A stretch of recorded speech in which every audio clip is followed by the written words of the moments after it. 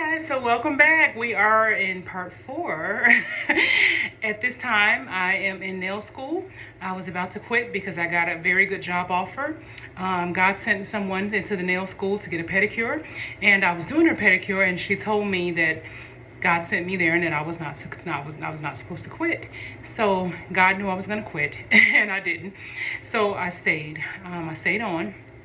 I finished nail school, and on the same day I graduated from nail school, I had already been, looking for jobs because I'm thinking, all right, nail school's about to end. I'm almost out of hours.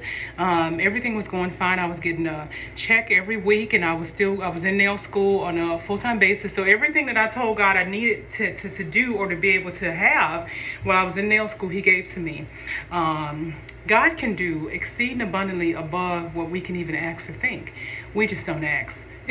We don't ask because Jesus said, even when you ask, you're not even solid on the thing you're asking for. Like we just talk in vain. We don't really ask God for anything. We pray. We don't expect it to happen. Like all kinds of things. We have to get to a place where our thoughts, words, and actions all line up. And that's when faith flows easily. Because the stuff that happened, that Jesus did, He believed it was going to happen. When He told sick people to be healed, He believed they were already healed. See, many times we don't see it because we don't believe it. We listen to what people say and we think it won't work for us. So we got to get to a place where we believe God and we take Him at His word. So the same day I was graduating, July the 16th, okay? July 16th of 2006. So I graduated from nail school in the morning. I got home and I sat on the couch and I was like, okay, now what? I have one unemployment check left. I have one unemployment check coming in another week. And after that, I don't have a job. I have nothing. And I sat there on the couch. Now, even after watching God completely pay for nail school and everything else, I still did not believe. I still was, because I was carnal. I was coming out the world. I wasn't raised in church. I didn't know any better. So at 3 o'clock on the same day that I graduated, I got a call from the spa. So I had applied for a job at this spa months prior. Like as soon as I went to nail school, like I think a couple months in, they had us go and, go to these different spas, apply for jobs. It was kind of like a class assignment. So when I, applied at this place, I wasn't yet licensed. And she said, well, you have to have a license and we're already full, actually, blah, blah, blah, blah, blah. So I thought, okay, well, fine. So at 3 o'clock, same day I graduated, I got a call from the director of that spa, and she said, "Hi, is this Kimberly?" And I said, "Yes, it is." And she said, "Well, I'm just calling to see if you're still looking for a job." And I said, "Well, yes, I am. I just graduated from nail school." And she said, "Oh, well, great. I have an opening in the nail department and we're going to train you." And I said, okay, what kind of pay is it? Because now remember, I told God earlier that I wanted a job that paid hourly and that had benefits. And so this was a brand new spa.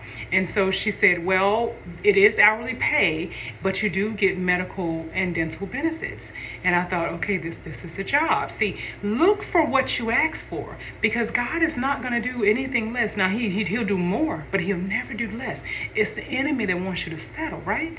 And so I said, okay. And so I went in, did everything. I started working at the spa. So 2 weeks later, I got my first check. The following week was my last check from my benefits ran out the week after. So I ran out, and then a week later, I started my new check. So God was literally holding my hand week to week, day to day. And so I was working at the spa. Everything was good. And then one day, a few years later, I had a dream about fish. I had a dream that I was in a studio apartment and it was a fish tank on the fireplace and it had a bunch of tropical fish in it. And I turned my head and then I turned back and it was a giant catfish. And the catfish was flopping around and he knocked the lid off of this fish tank and he fell out onto the floor. And I picked him up with a spatula, put him back into the fish tank and put something on top of the lid to hold him down. And I woke up from that dream. I wrote it down. Then at the time I had a friend that was kind of a prophet, and I told her about the dream. And I said, what does that mean? She said, it's time for you to go out and start your own business. I said, no, it's not. You would think that when you hear something that's like pushing your faith, that you're excited. But those of you that have really been stretched or pushed, it's not exciting. It's scary. You're like, Lord, try somebody else, do somebody else. But He's not going to do that. when you get a call in your life, he needs to walk you into that thing. And so she told me, she said, this means that it's time for you to start your own business. And I was thinking, what do I know about business? I'm a high school graduate. I don't have any experience. So I started to qualify myself. But see, God doesn't, he doesn't call to qualify. He qualifies those that he called. He'll put something on you that you can do that job even if you've never been trained in it. I was now a licensed nail tech, and I had never had a manicure and still wasn't getting them. Look at me, hello? I'm the same person that I was. Nothing changed. God put me in that situation for a reason. He put me in nails for a reason. In that time, I had led so many people to God. I did, so it's like God was he was putting me there. I was kind of on a covert mission, because people didn't expect that when they walked into a spa to get this relaxing service, that they would run into a person that's on fire for God. Somebody's going to pray for them. Somebody's going to help them manifest their prayer language, because I've done that for many people, sitting right there at the nail table. Distinguished women walked out praying in tongues. That's where I was sent, though. See, so she told me it was time to go. And I was thinking, oh my God, it's time for me to go. How am I going to? So I'm trying to figure out, how am I going to do this? And so I thought, I'm not going to do it. That was it. I said, I'm going to stand my ground. I'm going to say no. But how many of y'all know you're not standing your ground for long? So I got into work a couple days later, and I'm sitting down, and one of my regulars sat down. Her name was Sue. Sue sat down, and she said, it is so hard to get in to see you. And I said, yeah, I'm popular. And, I was kind of joking. And she said, you should have your own place. I said, no. And I'm thinking, here we go. So I'm filing her nails. And I said, no, that's not possible. I'm just happy to be here. I'm just like, whatever. I just want her to stop talking. And so she said, you really should go out on your own.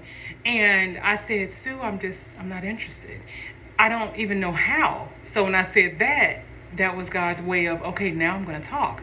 And so she said, here is what you do. And she said, you're going to create packages, and they're going to be manicure and pedicure packages and different types of services. And you're going to sell those packages ahead of time. And the clients that are going to buy those packages are going to pay you cash. And you're going to go into a salon suite debt-free. And I stopped filing her nails, and I sat back and I said, what did you say? And she said it again, word for word, what she had just said. And then I just tears welled up again, because I'm just such a crybaby. And tears welled up again, and she started talking about Christmas and the weather. And I was like, did she even know what she said? I don't think she even knew what she said. She just said it. It was God talking through her. And I finished, and I was driving home, and I called a friend of mine named Michelle. And I told her what happened. And she said, well, you have to do it. I was like, I'm not doing it. It was almost even after I got directions out. I'm sure God is so tired of me. So I said, I'm not doing it. And I said, what if I do it and they find out that I am selling these packages to my regulars and I get fired? And it was just, because I knew if I didn't do it, I was going to still get fired. It's just like Esther, when he told her to go in and talk to the king, it didn't matter how she felt about it. It didn't matter that she wasn't supposed to go in until she was summoned. What mattered was that God told her, you are here for a reason, and you need to do what you were born to do. And so that's what happened. So I'm going to tell y'all the next part. Running out of time. I'll see you in part 5.